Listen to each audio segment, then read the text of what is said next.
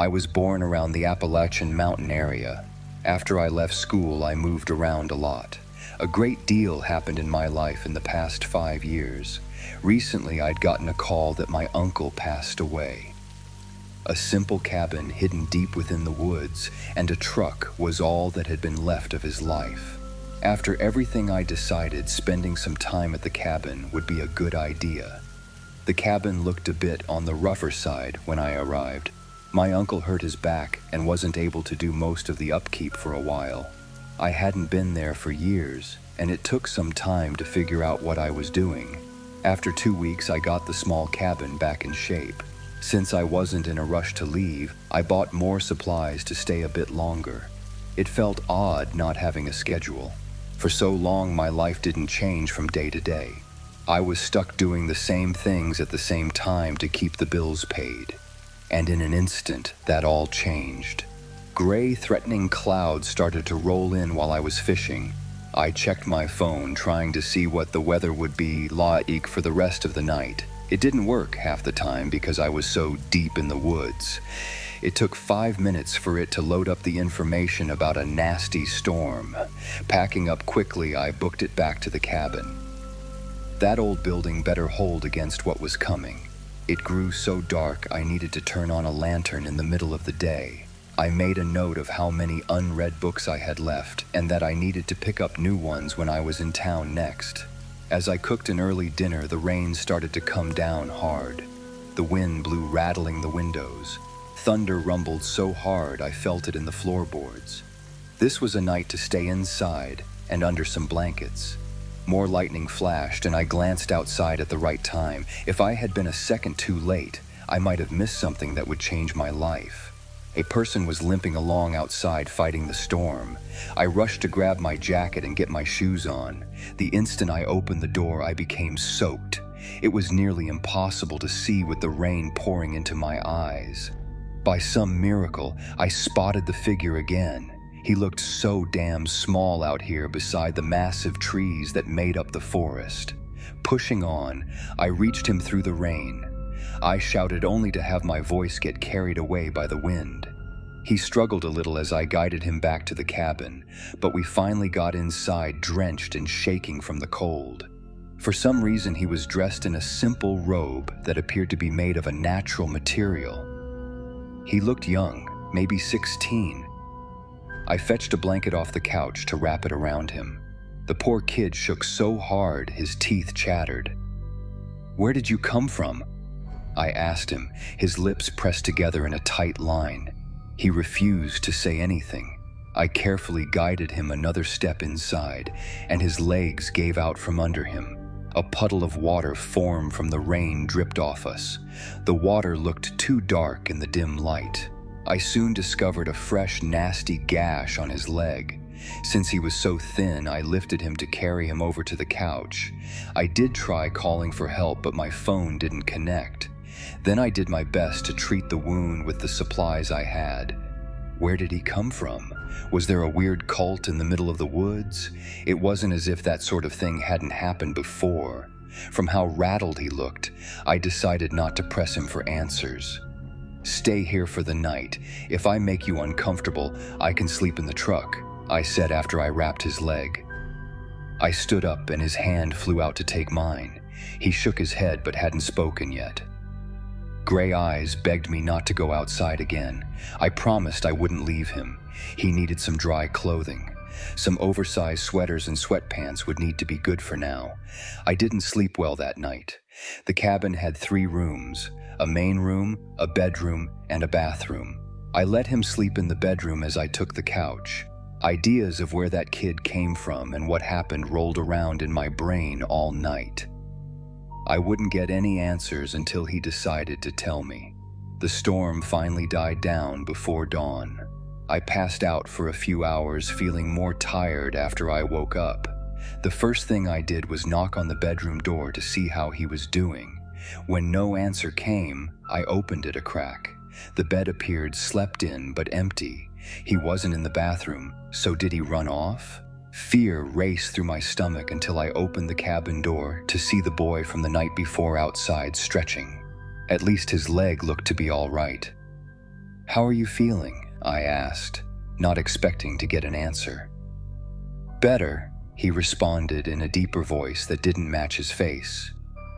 "Do you want to head into town for a real doctor to look over your leg?" I said, and he shook his head. "No, it'll heal on its own. The cut looked worse than it is." He pulled up the pant leg to show off the long cut along his leg. I must have been seeing things last night. I could have sworn it was twice as long a few hours before. "What's your name? I'm Dean." Again, I wasn't expecting him to answer, and yet he did.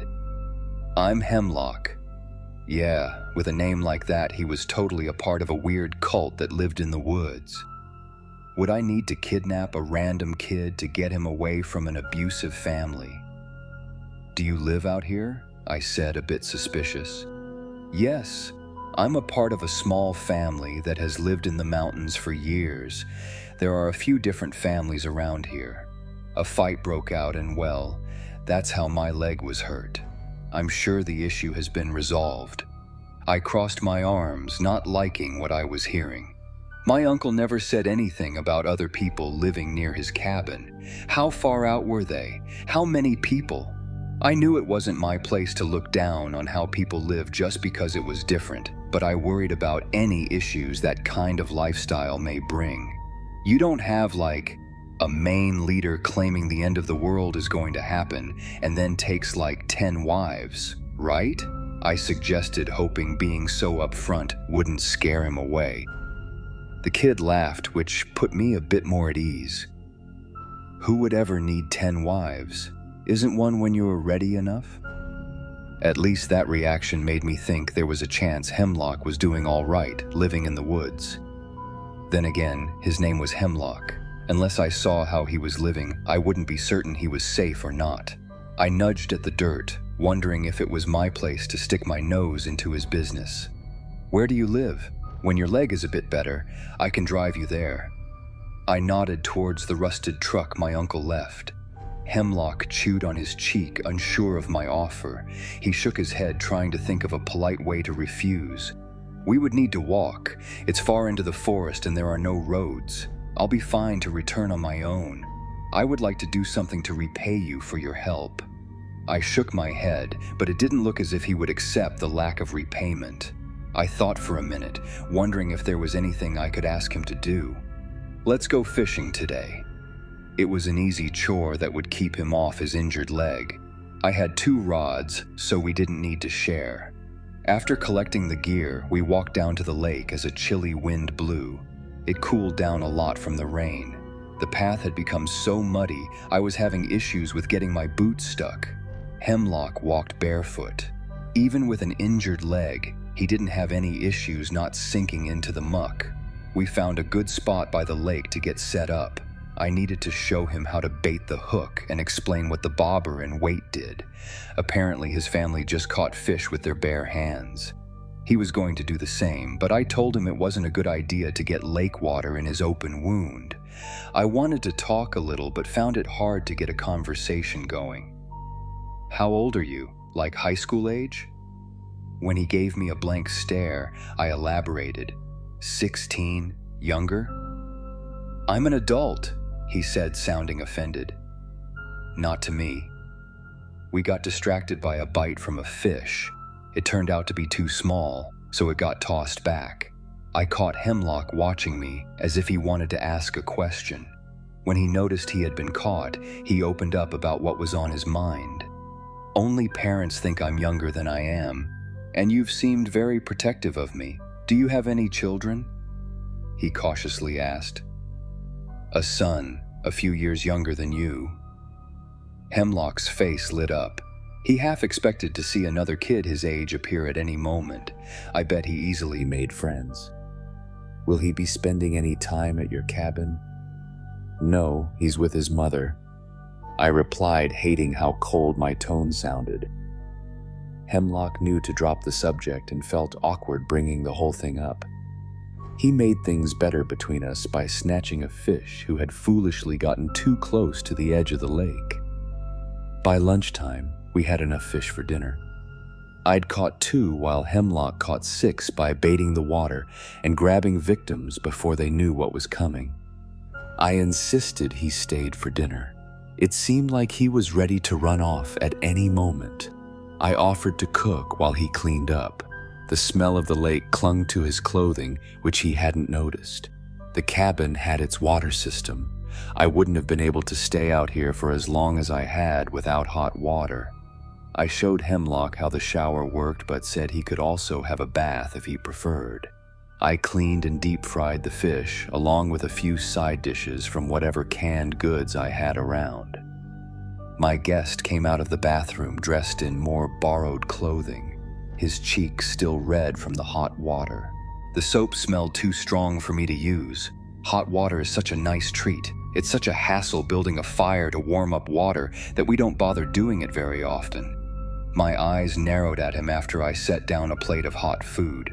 Was it healthy to take cold baths all the time? Maybe I did need to see what kind of place he was living in.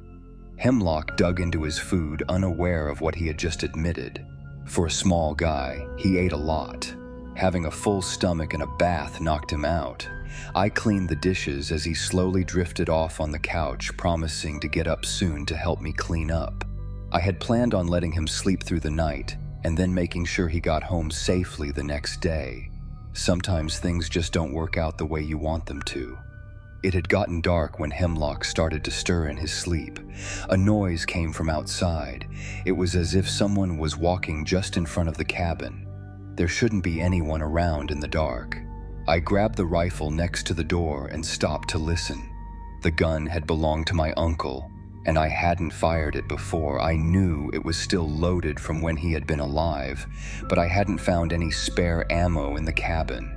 A soft knock came. I tensed as I started to reach for the doorknob, the gun in my other hand.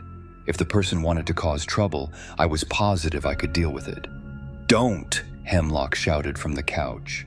I just turned the doorknob when he spoke up. The wooden door exploded inwards, knocking my body a few feet back.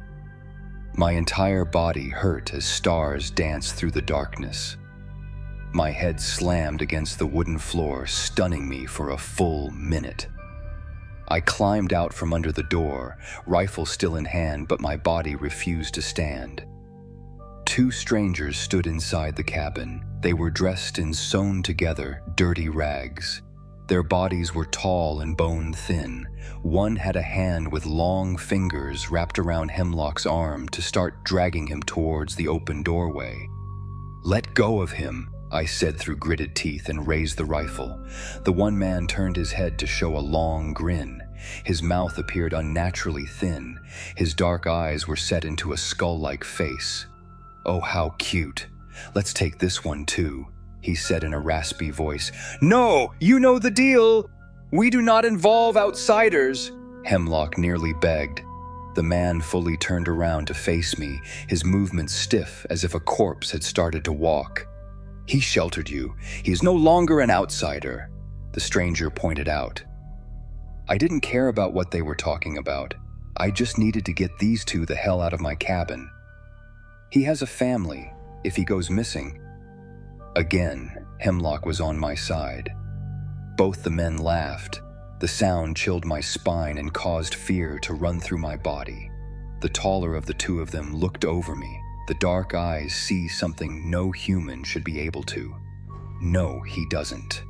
The shorter one spoke in such a wispy tone I could barely understand the words. Then he spoke clearly, but not in his voice. No, the voice of my wife came from him. "I'm going to my sister's for the weekend. I'm taking Pumpkin with me. Call me when you're done work." That was what she said in her last voicemail to me. How did they know that? Did they somehow get to my phone while I was at the cabin to hear it? When the taller one spoke, it said something no one should ever know. "Mom is going to take me for some driving practice after school. We might be..." I pulled the trigger before he finished speaking. I couldn't bear to hear my son's voice coming from that creature's mouth. My hands trembled too much for the shot to hit. I couldn't even focus enough to see if I could use the gun again. My stomach turned from guilt and rage. How did they know what to say? And how did they sound exactly like people they shouldn't have ever met before? Both cackled, enjoying my pain as Hemlock's face fell. A clawed hand reached around to take his face under his chin to painfully lift it upwards. "Look at what you did. You let a human get involved with us. Now we must eat him. Not only that, but you got your silly father killed by attacking us first." His eyes widened, unaware of if the creature was lying about his father's death. I looked around, trying to see if there was a weapon I could use. The rifle was useless aside from being a blunt object. I needed to get us the hell out of here. I no longer cared about who these two were. The important thing was how to get away. "You're lying. You attacked us. We only defended ourselves. Our tribe has abided by the agreement since it was made. Why would we ever go against it?" He protested, sounding like the scared kid he looked like. "After you are dead, then it'll be our word as proof. The winter was very hard on us. I fear the next one shall kill more of our kind. So be a good little boy and don't fight in the same way your father did. We don't want to damage such a nice coat a second time." That was enough to get Hemlock to fight back. A set of fangs appeared in his mouth as a deep growl rumbled through the cabin. He bit down hard on the hand that had held his chin. While those three were distracted, I rushed over to the other side of the room to grab the longest knife I could find. The taller man closed the distance between us in 3 steps. I turned on my heel to plunge the knife right through his body. To my sheer horror, it didn't even slow him down. His long fingers easily tore through my shirt to dig into my stomach. Pain ripped through my body as I struggled to keep a scream down. I found another knife to try and stab it into his eyes. I missed and hit his neck instead. The blade poked out clear through to the other side with black blood pooling from the wound. The creature's eyes grew darker and mouth widened to his ears. With ease, he tore open my flesh, his hand reaching inside to grab whatever it could. I screamed then, unable to deal with the pain and horror of the situation. For a moment I thought I was going to die from this thing ripping out my guts. Another scream came from the cabin, but it wasn't from me. The other creature started running towards the door, with black blood spilling from where its arm should be. He was tackled to the ground as sharp teeth found his neck. Within seconds, the other beast that appeared inside the cabin had ripped the creature's head off, getting the attention of the one who still had a dirty hand in my stomach. The taller monster appeared, scared for the first time. We were both staring at a massive gray wolf, devouring a thin body. It lifted a large head, then angry gray eyes landed on their next target. The tall man darted away, trying to run around the couch and behind the wolf. Within a second, the wolf changed to more of a human appearance. It stood on 2 legs with a human upper body covered in fur. It caught the skinny monster with a powerful hand and easily ripped off the arm it took hold of. The creature screamed as it also changed, trying to fight back. The head was nothing more than a mouth ready to bite down on anything in its way. But the thin monster was outmatched. It was taken apart in seconds by the larger wolf that covered the inside of the cabin with its dark blood. I was fading at that point. I fell to the ground. The pain eased into a comfortable numbness. If Hemlock was all right, I knew it would be fine to accept my fate. All the fear I had felt slowly started to drain away. Someone had lifted me off the ground and I faintly heard a voice calling out my name. I forced my eyes open to see a blurry vision of the boy I found in a storm. His eyes were wet with tears. My brain didn't understand his words, but I knew he was asking something. I closed my eyes again, considering what I should do. A second ago, I was ready to go back to my wife and son. After seeing him, I knew I needed to stay around for a little bit longer. Using the last of my strength, I agreed to what he asked. Then a set of teeth came down on my shoulder, causing a new wave of hot pain to flash through my body. I fell into a deep sleep as something came flooding into my bloodstream. It was uncomfortable and I feared who I would become when I woke up again. When I did wake up, I was in the bedroom of the cabin. My stomach and any other injuries were healed over as if they never happened, aside from a set of scars showing a bite on my shoulder. I got up feeling oddly light. The sunlight appeared to be too bright, and the birds outside were far louder than I remember. Someone had tried to clean the cabin. Dark blood still stained the wood, but the bodies had been removed. Hemlock waited for me outside, wearing more borrowed clothing and appearing almost remorseful. "This wasn't your fault." I told him to make sure to get that out of the way first. "It was. I should never have entered the cabin with you. I believed in my father's strength and was positive he would win against our attackers. There were 10 of them. He stayed behind to let me get away." He sounded so guilty it hurt. I know it hurts being left behind, but he was a good father. It's the parents' job to protect their kids. I didn't do that. I couldn't do anything for my son. Clearly, he disagreed and voiced that opinion by punching my arm. I rubbed the spot where he hit offended. "I bet he would have done the same thing if he heard you saying that," Hemlock argued. "He was a good kid. I'm glad his father protected him, but I wish they could have stayed together." "How am I even alive right now, almost?" I asked, getting back to the important stuff. He looked guilty again and kicked at the dirt with bare feet. He wrinkled his nose at the suggestion and shook his head. "No, it'll take a few days before you'll be able to fully transform. With enough strength, you'll be able to do it any time it's needed. I normally spend most of my time as a wolf, but there is a way to prevent that. If you drink a certain tea before your first change, the wolf inside you will be locked away forever." I crossed my arms, uncertain of how I felt about that. I could still leave these woods as a human to go about a normal life, or I could become a wolf and discover a new life involving monsters made up of nightmares. What's stopping people from abusing this, like cheating death by getting bitten anytime they're about to die and drinking the tea to avoid the whole wolf thing? I wondered out loud. No one had survived being bitten twice, and a bitten wolf has a shorter lifespan than a born wolf. You'll most likely only live till you're 40, so maybe 5 more years.